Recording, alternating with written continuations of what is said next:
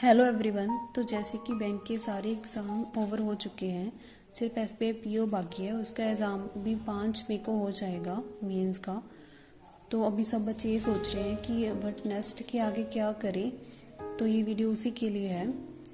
तो अगर तो आप सिर्फ बैंक के एग्ज़ाम ही देना चाहते हो और सिर्फ बैंक के एग्ज़ाम को ही टारगेट करना चाहते हो, तो आपको जुलाई तक का वेट करना पड़ेगा। 27 जुलाई 2025 को आरआरबी पीओ प्रीलिम्स का एग्ज़ाम शेड्यूल हुआ है, होपफुली इसी डेट को होगा। और अगर आप न्यू कैंडिडेट हो और आपने अभी कुछ एग्ज़ाम ही दिए हैं, जैसे कि एसबीआई क्लर्क दिया है और यहाँ आईबीपीएस के कोई एग्ज़ाम्स दिए हैं, तो आपको अपने बेसिक स्ट्रॉन्ग करने चाहिए। तो ये टाइम आपको बहुत बेनिफिट देगा, क्योंकि आपके आने वाले एग्ज़ाम्स में बहुत हेल्प मिलेगी आपको इससे। तो आप इस टाइम को यूटिलाइज कर सकते हो और अपनी प्रिपरेशन को स्ट्रॉन्ग कर सकते हो। पर अगर आप एक एक्सपीरियंस कैंडिडेट हो और काफ़ी टाइम से बैंक के एग्ज़ाम की प्रिपरेशन कर रहे हो और आप इस बार सिर्फ 2 और 3 मार्क्स के स्किप कर गए, तो अगर आपको लगता है कि आप 1 से 1.5 महीने में एग्ज़ाम से पहले, प्रीलिम्स एग्ज़ाम से पहले प्रिपरेशन करके एग्ज़ाम क्लियर कर जाओगे, तो आप टारगेट दूसरे एग्ज़ाम को कर सकते हो। तो आप सोच सकते हो कि आप दूसरे एग्ज़ाम दें। तो अगर आप देना चाहें तो एक एयरपोर्ट अथॉरिटी ऑफ इंडिया का एग्ज़ाम की वैकेंसी है, तो एयर ट्रैफिक कंट्रोलर की वैकेंसी है। तो उसकी एलिजिबिलिटी है कि कैंडिडेट ने बीटेक या बीएससी साइंस की हो और उसकी मैक्सिमम एज 27 है। जर्नल मेरे हिसाब से ही, बाकी आप एक बार नोटिफिकेशन ज़रूर देख लीजिएगा। तो उसमें फिजिक्स और मैथ होना चाहिए आपके पास बीएससी में।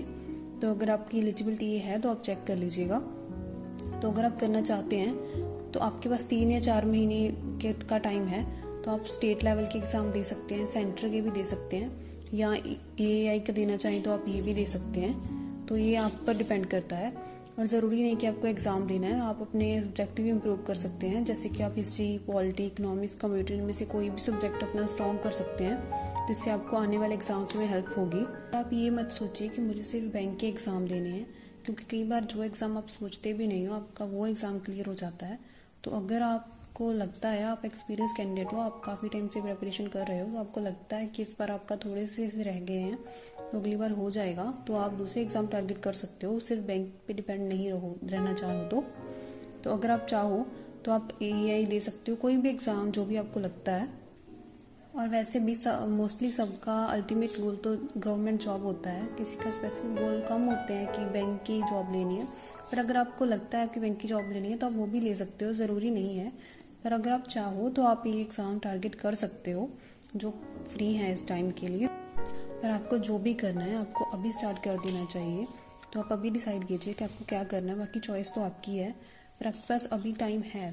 तो अगर आप एक बार बैंक के एग्ज़ाम स्टार्ट हो गए तो उसके बाद एक कंटिन्यू साइकिल चलता रहेगा कि एक प्री देंगे, उसके बाद एक मेंस आ जाएगा, फिर किसी और एग्ज़ाम का प्री, तो आपको टाइम नहीं मिल पाएगा।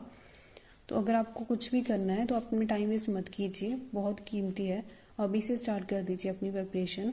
और वैसे भी जब आप टाइम से पहले प्रिपरेशन स्टार्ट करते हैं तो एक तो आप पैनिक नहीं होते हो, पजल नहीं होते हो, और आप दिन में 3-4 घंटे भी पढ़ोगे तो भी आपका एग्ज़ाम अच्छे से क्लियर हो जाएगा। तो आप अभी से स्टार्ट कर दीजिए, आपको जो भी करना है, अपने टाइम वेस्ट मत कीजिए। बाकी आप अब देखिए कि आपको क्या करना है, आपको स्टेट के एग्ज़ाम देने हैं, आपको बैंक तक ही लिमिटेड रहना है, तो चॉइस आपकी है। आज की वीडियो के लिए इतना ही था। Thank you.